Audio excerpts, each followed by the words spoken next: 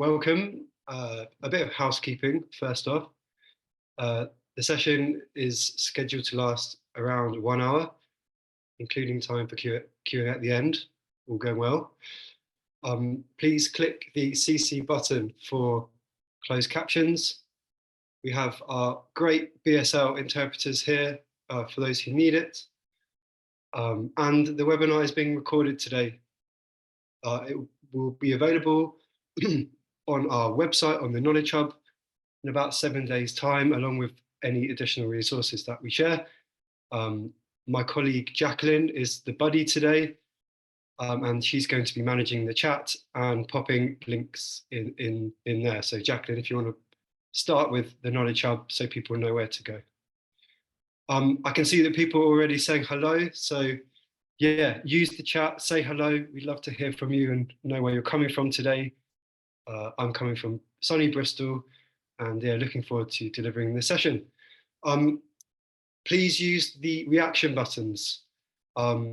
It really helps me to kind of know that people are still here, that you're hearing what I'm saying, that you're kind of understanding, and it just makes it a little bit more fun as well. Less daunting speaking into the void of the camera. Anyway, without further ado, let's kick off.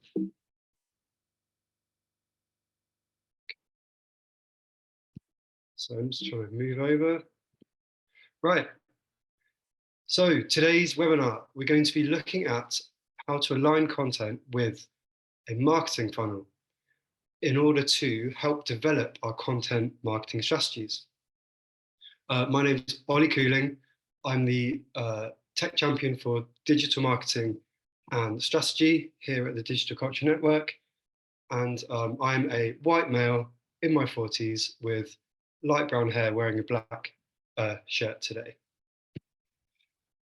So there are 4 main learning outcomes from today's session. Hopefully it's going to help you to assess your current content marketing activities, help you to develop an approach for planning your content or evaluating a historic strategy, help you to deliver more customer-focused content, and help you to align content with your strategic objectives. So a warning that there are some interactive elements to today's session. So your input is valuable. Please do interact and share. It's going to make it more fun and enjoyable and useful, hopefully, for everyone here today. So I'm kind of banking on you guys. Right, let's start with a question. What is a content marketing strategy? Well, if we break it down, it is a plan to achieve a long-term outcome. It is the promotion of products or services. We might want to add experiences into that too.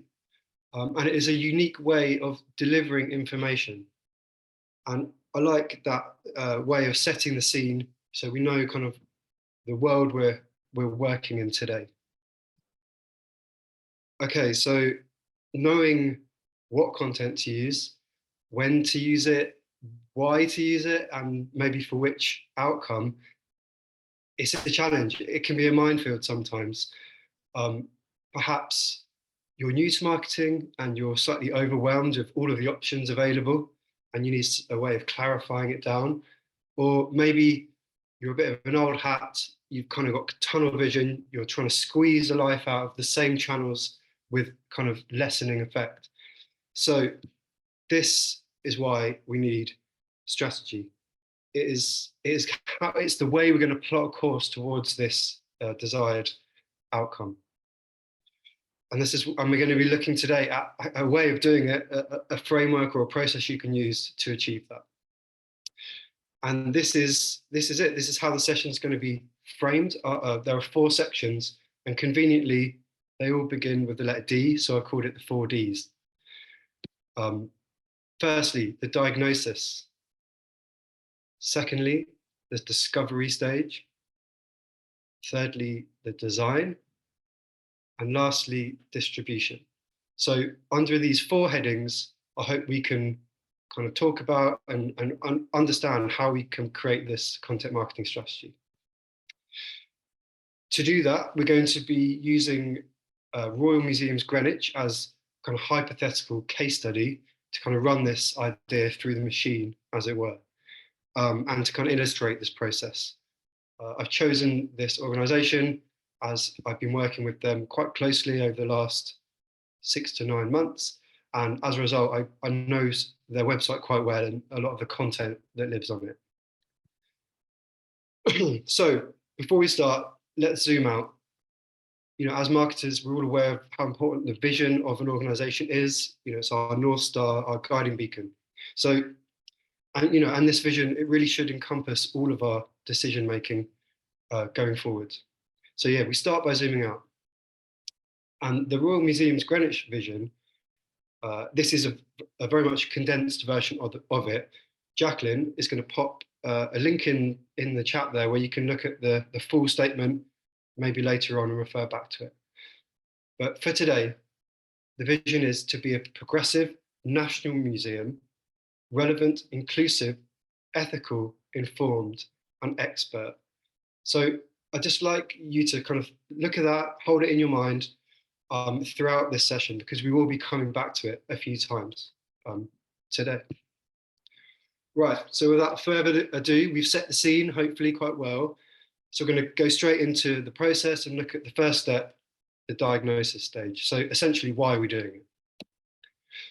So it's really important when working in strategy that before we kind of start creating plans, we really understand our current reality. We know where we understand our situation. The Royal Museums Greenwich vision statement aspires to be a national museum. Therefore, in this example, the situation could be that actually they have quite low traffic outside of London. They're not that national. So on the other hand, the opportunity, therefore, could be to increase awareness nationally. So in this example, the strategy is a solution to overcoming this challenge, to realizing this opportunity. And our strategy must target the center of this problem statement. So once we have a reason for our strategy, that's been identified, we know why we're doing it, the next step is to set some strategic objectives for our plan. These objectives act as the link between that vision, between the long-term aspirations and our day-to-day activities that we do. You could look at them as maybe parameters that we work within, or containers that our content must kind of live within in order and stay there, really. So for this example, to achieve or to realize that opportunity of raising awareness outside of London, our objectives will be to attract wider audiences, to provide higher value to the end user, and to increase access to learning. So we have focus for our content marketing strategy. This is what we're setting out to do. Next, once we understand the kind of impact we need to make and what our content needs to do, we need to define what good looks like. And we do this through setting key results. These key results need to be measurable metrics that we can track along the way to tell us if we are it's performing right or wrong. Not only that, these measurable results, they help us to articulate the plan. For example, if I was to ask you to, this month, we need to achieve 5,000 social media followers, you'd be quite clear about what your task is. So that's why they're really useful for articulation, getting everyone on the same page, giving us focus, and setting priorities. So in this example, the key results that live under our objectives will be to attract new web visitors, to increase the number of subscribers, and to gain more returning visitors. Again, these are just examples, but I think it's useful to set the scene again. So now we have this really clear idea of what we're setting out to achieve. And at this point, it's a good time, I think, to kind of just have a think. Let's form some hypotheses. What do we need to do? What needs to be true, or what needs to happen in order to meet these objectives, to hit these targets? And I think it's good advice to say that you don't need loads of data, you don't need historic content audit and all these things to do this. You can be creative at this point in time. It's just about how you might realize that opportunity. So yeah, making assumptions is a huge part of strategic planning.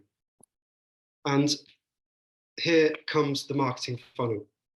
And this is a really great tool, I think, for kind of mapping out and creating a framework for these assumptions that make a bit more sense and have a bit more structure based on how you funnel people down towards an end goal, starting with people who don't know anything about you, ending with perhaps loyal customers or members or donors, you know. So this is how we're going to be looking at it today, how we're going to be kind of coming out of this idea. And so I'm going to start this interactive section of the webinar, where we're going to actually look at how we align our key results with this marketing funnel or engagement funnel. And so what I'm going to do is we're going to move over, I'm going to switch screens and we're going to move over to a Miro board. If you haven't heard of Miro board, I'm going to be dropping a link into the chat at the end. Oh dear, giving away all my secrets. Here you go.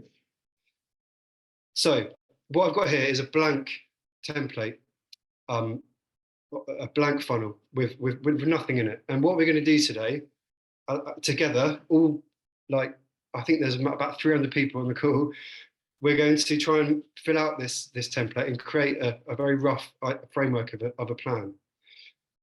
Firstly, I'm gonna start it off, just so it kind of makes sense. But what I've got here are 4 results. I'm going to apply these results to a stage of the funnel, thinking about the objectives and the key results we just looked at. So for reach, we're going to put views, and we're going to stick these numbers. By the way, they're just made up for the purpose of today, so don't worry too much. But yeah, our target for our reach stage of engagement is to hit 200,000 views. Our target for getting people to act is to reach 50,000 website visits. Our target for our conversion goal, which in this case is subscribers or new subscribers, we want to generate 50,000 subscribers. And our final key result, if you remember, was about retention and returning visitors. So we're going to add that down here as we want to increase returning visitors by 5% over the course of the strategy. So that is very simply the first step, putting some metrics, some targets against these stages of engagement. We're going to come back to this in a few minutes, but first we just need to go back to our slides. And I missed that bit. You're going to see a few of these popping up. When they do pop up, pay attention, because that's when I need your help. So before that, part 2, the discovery stage. And this is really important. Essentially, who is it for? You know, who are your audiences? So yeah, of course, we need to know who our audiences are. We need to understand, we need to learn and understand about them. So in our example today, Royal Museums Greenwich, they have 4 very different sites. Each site has a very different proposition. For example, when I put this together, Queen's House had a tapestry exhibition going on, while at the same time at the Royal Observatory, it was a Ted's Space Adventure exhibition for children. So as you can see, that attracts 2 very different audiences. The next step in this idea or this way of working is to think about how you can group audiences. And the way to think about how you group them is based on their need or their motivation.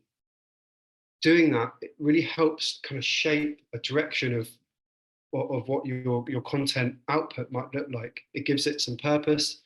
It kind of almost kind of generates a message in itself. So what we're going to do now, as an exercise, we're going to run a poll, and I'd like to ask you to think about what motivations frequent visitors to a museum might have. And so I'm going to launch a poll here, and we're going to see what you guys think. So let's give that a little bit of time. So what motivators might frequent visitors of a museum have?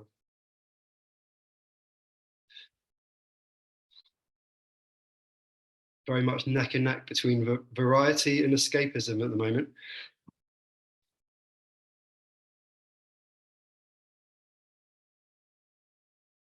Wow, loads of people getting involved, thank you. Right, that's pretty much all of you. So I'll leave it there. And I'm gonna end that. Hopefully you can see it. Can I share this? Okay, let me share this. So as you can see, out of nearly 200 of you, it was, variety was a clear winner, 47%. But there were, we all had quite different opinions. Okay, so we're going to do one more just for fun, and then we're going to kind of summarize there. So let's now do the same for families. So needs might oh what needs might a family visiting a museum have?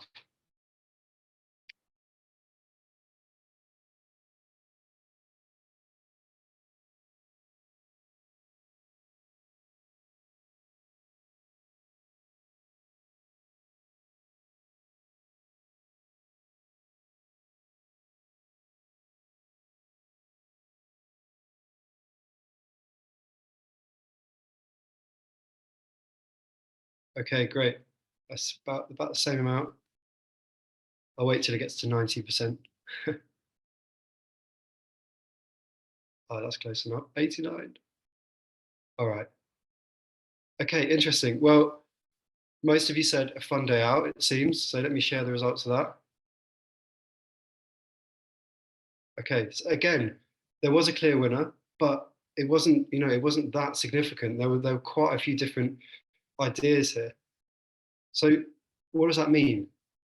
Well, what it does mean is all of these different audience groups, they have very different needs and motivations. And so here's just a kind of a basic example to highlight this idea. But I think it really shows how there is such a big variety of motivations and needs for each of these groups. And it's really important that we understand these, because if you can understand them, it pretty much is the starting point for what your content is going to look like. Thinking about those stages of engagement along the funnel, it pretty much writes its own message for you. It kind of filters out stuff that isn't going to work for this. So understanding these pains and gains of your audiences, of your customers, it's normally done via market research, surveys, focus groups, and stuff like that. However, we have this fantastic resource available at Digital Culture Network. He's called Jack, and he is our audience data specialist. So any questions around this stuff, he's your man to go to. There'll be links in the chat for how to book one-to-ones with our tech champions. So look out for Jack if this is a priority for you. Right. So a successful strategy, content marketing strategy, will try to match the need of the audience or the customer with a business need. So thinking back to our key results and our objectives, one of the needs was to attract wider audiences, provide value to the end user. So in this real life example here, and this is on Royal Museums of Greenwich's website right now, for all of their what's on, their events, their exhibitions, each piece of content is available in every language you can imagine. And like instantly, they've opened themselves up to such a wider audience already just by doing that simple thing. And as a result, it's working. It's doing what they want it to do. Not only is it serving the audience, it's serving their business needs too. So really, kind of nice, simple example there. And then looking at another example about how they've matched a need. So interestingly, they also realised that families kind of want a good day out. That's a primary motivation. And so when it comes to family orientated content, you can see here on the video, they use lots of video.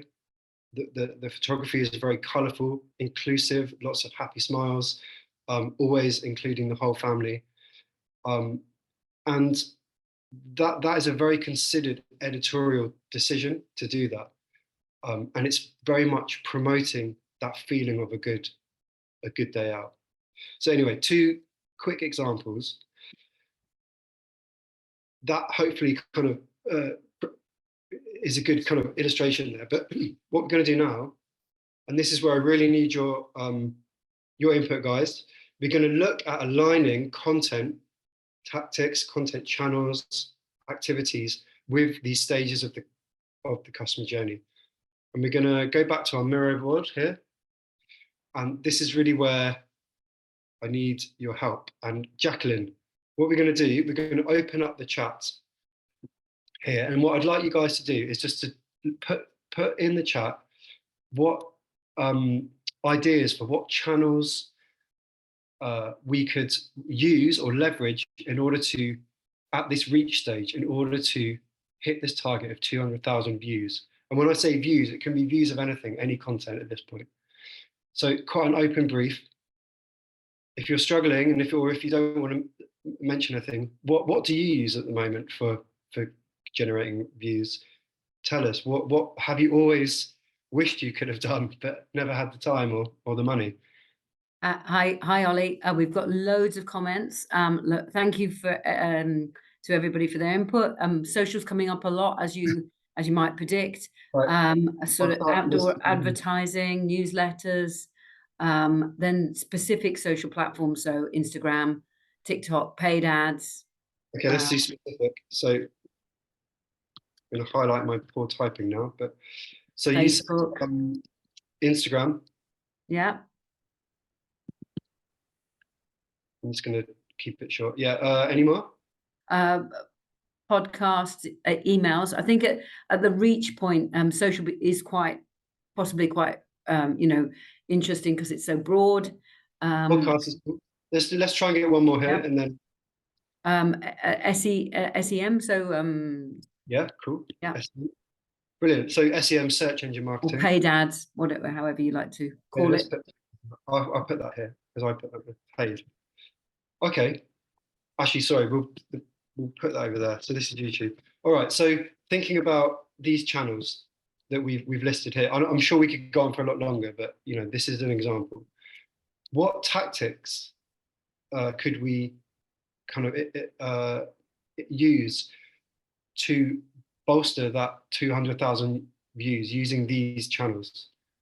When I say tactics, I'm talking things like messaging, incentives, kind of more specific kind of marketing ideas. So right. Paid was one of them, putting money behind it. So paid tactic for. So we've got videos, aligning the social media platform with the relevant audience profile, blogs. So I've got somebody's using ads in local papers for very local audience, local newsletters, reels and short videos, flyers, posters.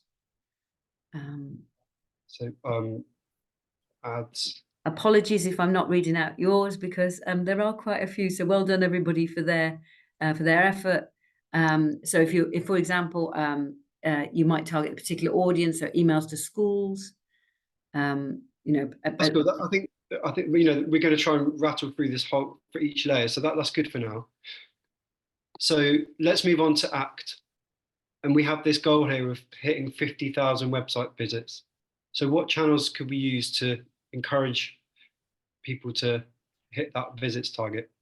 I mean, one of them is kind of, I'm going to put this one in because it has to happen. You have to have a website in order to hit that target. But anything else we're getting here? Special offers, SEO, Okay. Yes. email SEO. marketing kicks in. Word of mouth is nice. Right. So that I'm going to put word of mouth under a tactic. And what was the other one you said a minute ago? SEO. Email marketing, was it? Or special offers, endorsements. Oh yeah, cool. Word of mouth. Then we've got SEO. I can't keep up. I know. Sorry, they're not quite. That's all right. I might just have to do two at a time here. Oh, sorry, it was offers, isn't it? Okay, right. I'm going to move on to this conversion stage. So people know who we are. They've seen our content. They've come to the website and we've hit that 50,000 visitors target using things like word of mouth, offers, SEO, and having a great website. Now we want people to subscribe to our newsletters. That's the next goal. How do we do that? What do we need to do? What channels are we going to use? What tactics are we going to take on? So people are talking about lots of different touch points. So sign up forms on the website, QR codes, great. website pop-ups, paid ads for newsletters. Sorry, that's too many. That's too quick. No, it's all good. Let me just keep writing. So we had QR codes. Yeah. We had sign up forms on the website. Yeah. And at all touch points. Yeah. Making it clear what the value is of signing up. Some homepage banners, rewards. Nice. Amazing. Okay. Right, and then final one, and we'll spend another kind of 2 minutes on this, I guess. So retention. They've signed up to our newsletter. They've been to the website. They know about us. They like what we're doing. How do we get people to come back and keep, how do we show that value? How do we keep them engaged? What channels might we be using for that? What tactics? I'm going to put one in here because I had one prepared just in case. Memberships. Any more coming in on the chat? Events, maybe?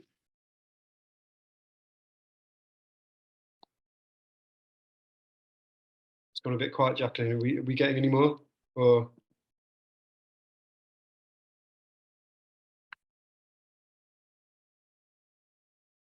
more incentives, discounts? Apologies, Ollie, my internet went down. Sorry. I'm in the office today. So loyalty schemes. Loyalty. Early bird booking, that's nice. Very good, yeah. Capitalizing on people's fear of missing out, FOMO. Affiliations. Somebody talked about reciprocals. So, swapping. Oh, nice. I'm just going to put swap because reciprocal is way too long. Referrals. Jenny has put quality programming, which isn't always in the sphere of the marketing department, but nice to think, you could count on it. Actually, discounts. Let's put that here. All right, brilliant. I think that's enough to make the point. Okay, thank you so much, everyone. This has been really interesting, and actually I was a bit worried that this wasn't going to work, but it's been great.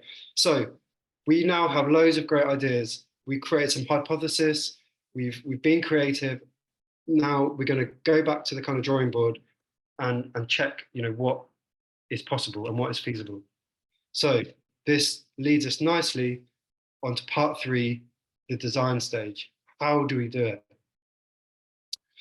Okay, there's four kind of key parts here, key sections. First one is to review your processes. And what I'm talking about here are things like what rules and regulations do you have to adhere to within your organization? What else? What is the sign-off period? Uh, what does that look like? Is there an approval process involved? How long does that take? Things like that. How do how are you able to go about, achieving, executing these ideas? The second consideration is to really like look at your internal structure. So we're talking about things like what skills and experience is available within your teams. If you have certain standards to meet with your content, um, are you the right people to do it, or do you need to outsource it to, say, an agency or a creative uh, person who can build this stuff to the right standard? Do you have budget to do those things if that's the case? Next, and the first two are, I guess, are more kind of like internal processes.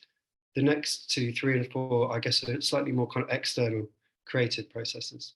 So number three, starting the editorial. And what I mean there is things like, do you have brand guidelines available? If so, what does that mean? How do you work within those parameters? If not, do you need to create some?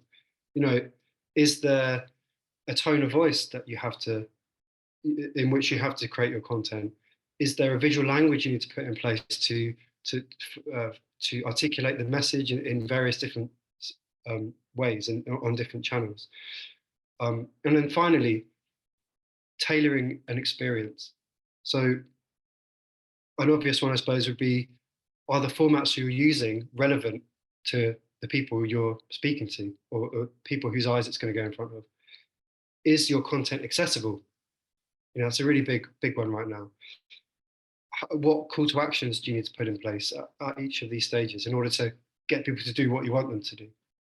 So for number three and number four of the section, my colleagues Dean and Roberta.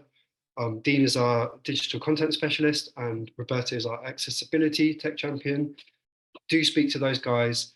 They are experts in this. So yeah, any questions around that, I really recommend getting in touch with those guys, and they can add a lot of value to this. So that's the kind of internal audit that we need to do in order to find out if our ideas, if these wild plans we put in place are actually feasible within our means. So the next stage of the process is to align content with our capacity and resources. Really, really important step. Essentially, checking your homework. So, oh, I forgot I said that. So yeah, time to check your homework. Right, let's go back over to the Miro board. And this is my favorite bit. I don't think we can do this as a group, but what I'm going to do is kind of provide an example of what I might do in this situation, if this were me. Okay, so let's go through it. Paid. Well, I don't have any money, so we can't do that. Blogs. I'm a terrible writer, no good. Video, yeah, love it. Local ads, I'm sure we can, and listings, I'm sure we can work something out. Podcasts, definitely no time for that. Okay, next step. Website, cool. Yeah, we got one of them. It's a great website. SEO, yeah, we're going to work on that. Word of mouth, always a good idea. Offers, I just don't have the budget to be able to do this at the moment, so we're going to take that away. Email, yeah, we definitely want to increase our subscribers, so we need to focus on email. QR codes, yeah, nice idea. We'll keep that on, quite cheap. Forms, obviously, we need that. Banners, our web dev is off at the moment, so can't do banners. Let's get rid of that for now. And then finally, retention. Well, referrals, I'm hoping we can get some of those. Membership program, I don't think we've got the resources, the development resources to be able to do that, so that's going to have to go. And then tactics. Well, swaps, I think we can hopefully do. What was this one? Discounts, again, can't really afford it right now. Fear of missing out, yeah, I reckon we could work something out there. And loyalty, we'd hope so. So in a very short space of time, actually, let me get rid of that too. Hopefully you can see that through just checking our homework, understanding what our resources are available and what capacity we have, we've kind of streamlined this plan into something that we feel is quite feasible, quite attainable. So going back here, I've used this slide in an old webinar, but I love it. It's well known that 80% of our results often come from 20% of our actions. This is surprisingly often the case, and give me a thumbs up if you find the same. But this is a really important consideration, I think, when you're doing that sense checking. Why spend all this time on stuff that isn't going to achieve those results? Those results, that is everything we're doing. Often when you do this, when you think like this and you do that content audit that I just showed you, you'll see there will be kind of like a primary channel or like a hero channel that surfaces as a result of that. If that's what you're good at, if you know how to use that channel, do it. Put more effort into it. It works. I don't want to say too much more on this subject because I could probably go on for a long time, but my main takeaway is just play to your strengths. That is the key. We all have different strengths within our team. So yeah, play to your strengths. I wrote an article a while back that has 3 techniques for prioritization. Jacqueline's going to pop that in the chat. If you're interested to kind of look into this more, those 3 prioritization techniques are really kind of helpful. And equally, if you'd like to talk to me about this, to sense check some of your plans, to have a adult conversation about it, book a one-to-one, let's chat. Okay, last section. We are rattling through this. Can I just get a show of thumbs or a show of smiley faces just to check that people are still here and still hearing me? Hey, great. I love that. Thank you. Right. So last section, distribution. So when do we do it? And what does it look like? So this is a nice graph or chart. Impact over time. I think this is a really great way to think about how you deliver and distribute your content, deliver your content when you have this framework in place. First consideration is to think about what attributes your content has. How can you how will those attributes help you to achieve these milestones over time? Levers that you might have available are things like, are you in control of your own content? What can you control? What can you change? Call to action buttons, headlines. Other levers might be what content can be referenced by other people. We talked about shares and swap tactics earlier. That's great. Which content might be you be able to use for that kind of thing? And lastly, which content can be amplified either through like shares, press, or even paid? So it's really good to just kind of think about that first before we kind of start plotting things over time. And just as an example, this is very basic, but we can think about it like this. If we need to hit the ground running to have that initial traction, tactics like putting money behind some paid advertising could be the thing we need to do initially. If we're looking for more like steady and targeted delivery, social media video is a great content type for that. And finally, for that kind of gradual and broad delivery, things like SEO, that evergreen content that just keeps chipping away and doing good things for you over time could be the right way of looking at it. So I really love this chart. It's quite simple, but again, there's an article that I'd recommend having a look at that kind of explains this in a bit more detail. It's called the content distribution matrix. Jacqueline's going to pop that into the chat there. Definitely have a look. It's really interesting. It kind of shows you what impact and effect some of these different channels could have. Really great for this type of planning. Okay, we're on to the last interactive section. Interaction is imminent. Going to need your input again for this one. So last step is to align your key performance indicators with your content. So key performance indicators, or KPIs, they are the important metrics that you need to track to show if things are working or not, essentially. So, whoops, we're going to move over to our Miro board again. And over here on the left, we've got this blank section with KPIs. So what we need to do, guys, is assign some KPIs. Let's try and do 2 each for each level of our marketing funnel. Views is the goal. We have YouTube and Instagram as a channel with a bit of paid advertising. So what KPIs are going to help us to measure performance, test that our theories are working? Jacqueline, do you want to shout out a few? Right.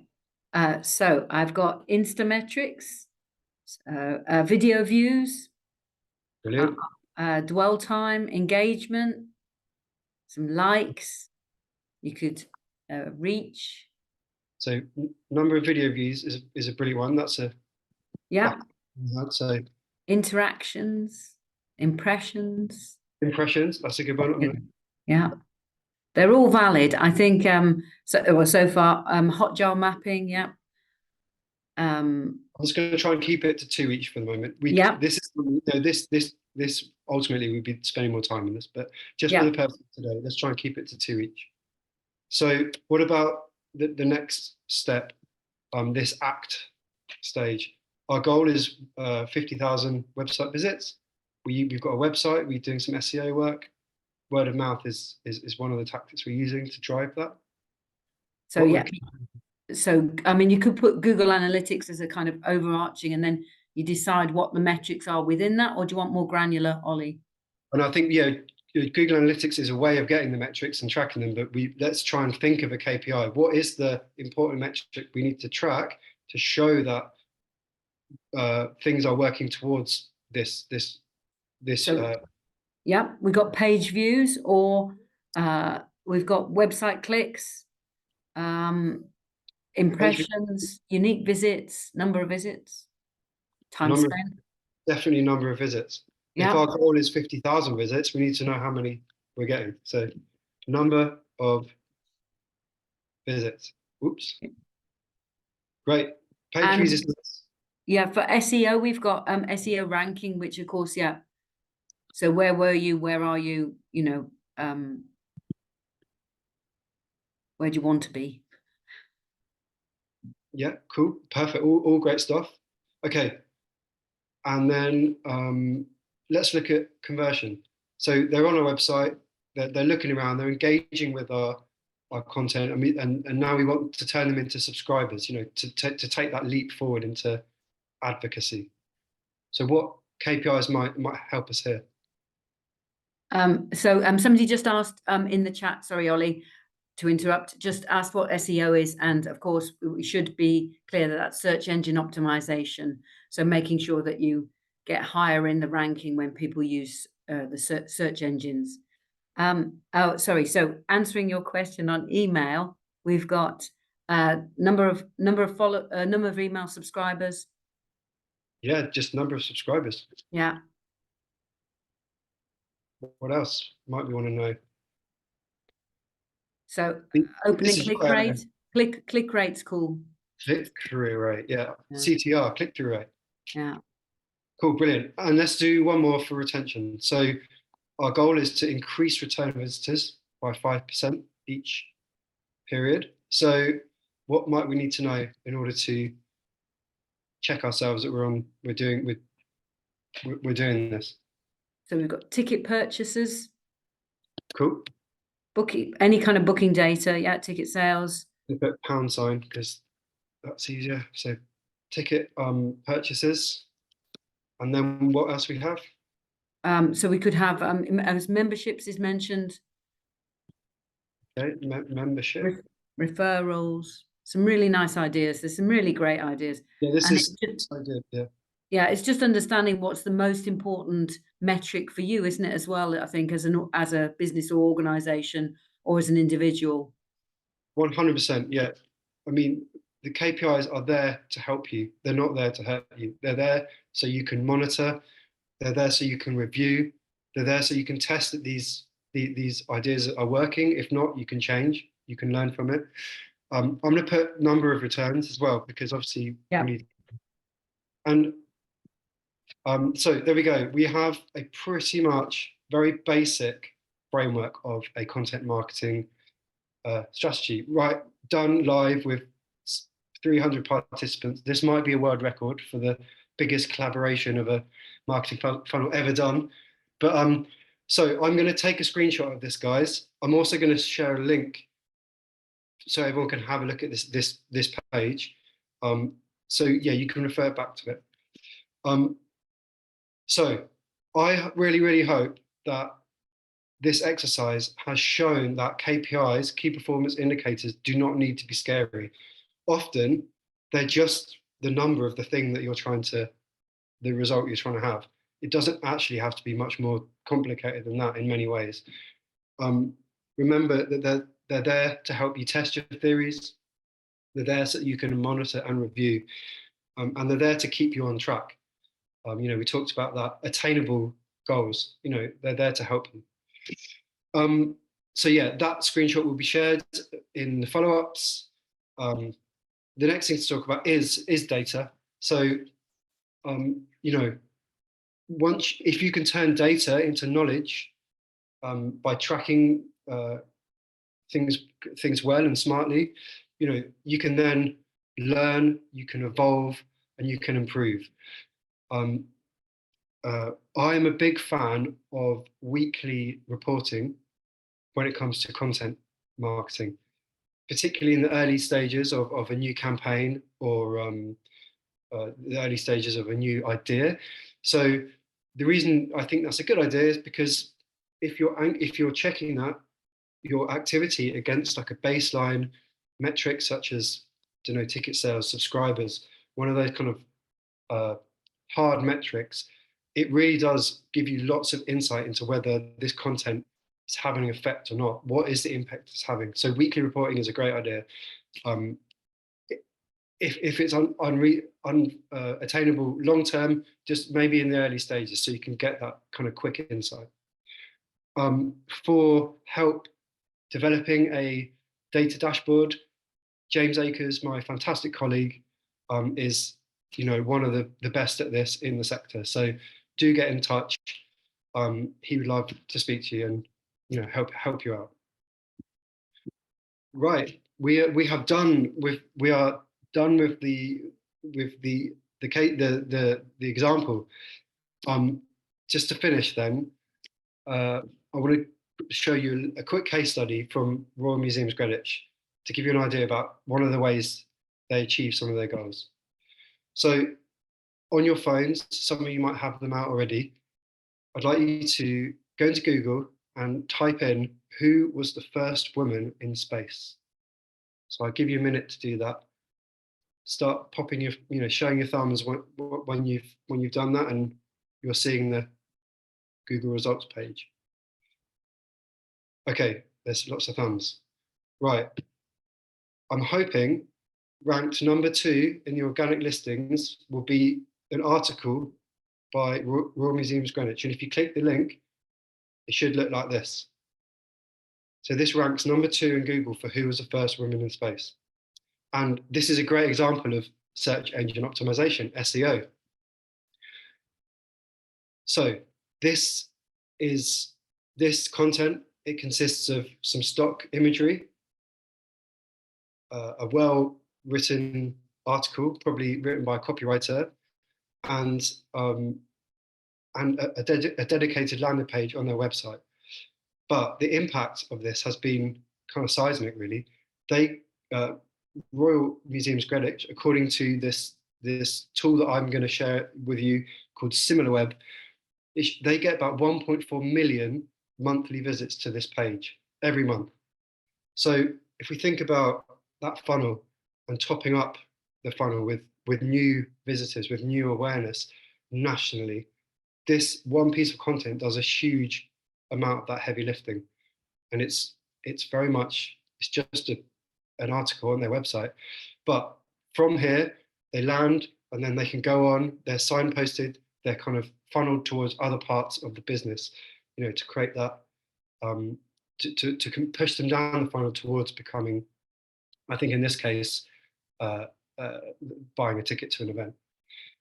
But Monica, my great colleague, our SEO tech champion, would probably love to speak to you about this. So any questions about SEO, search engine optimization, book a call with Monica. Links in the chat for how to do that. I'll also include links to this page so you can have a look around, and also link to the tool I've used to find out the website traffic called SimilarWeb.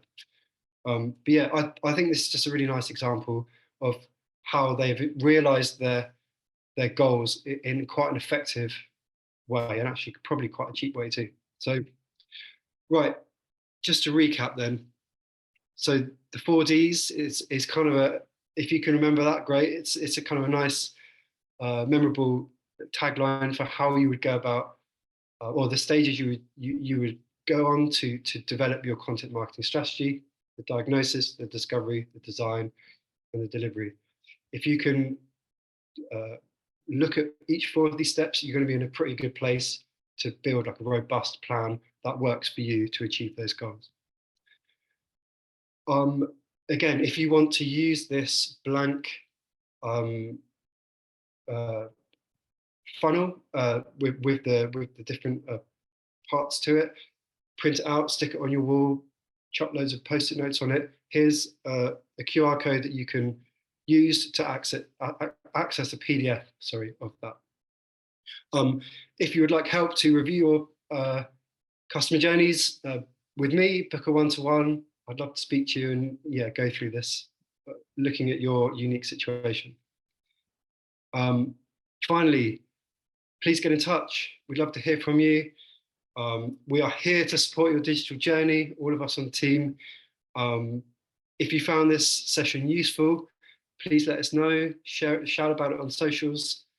It all helps. And last request, we all work in the arts and culture sector. You'll be getting a survey at the end of this. We really value your feedback, and it really helps us to improve and to continue to be free to the sector. So that's everything from me.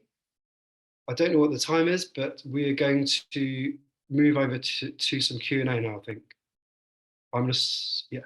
Hi, Ollie. Hi, thanks for that. That was great. Somebody asked for what the 4Ds were, but fortunately, one of our participants has also posted them back in: diagnosis, discovery, design, and distribution. So that's one of the questions answered.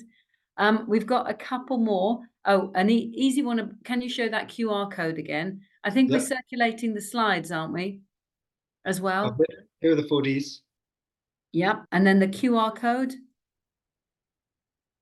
We have a link for this as well, I think, Jackie. Yep. You can pop that in the chat. Yep. What is the best way to determine benchmarks for KPIs? Benchmarks. Yeah.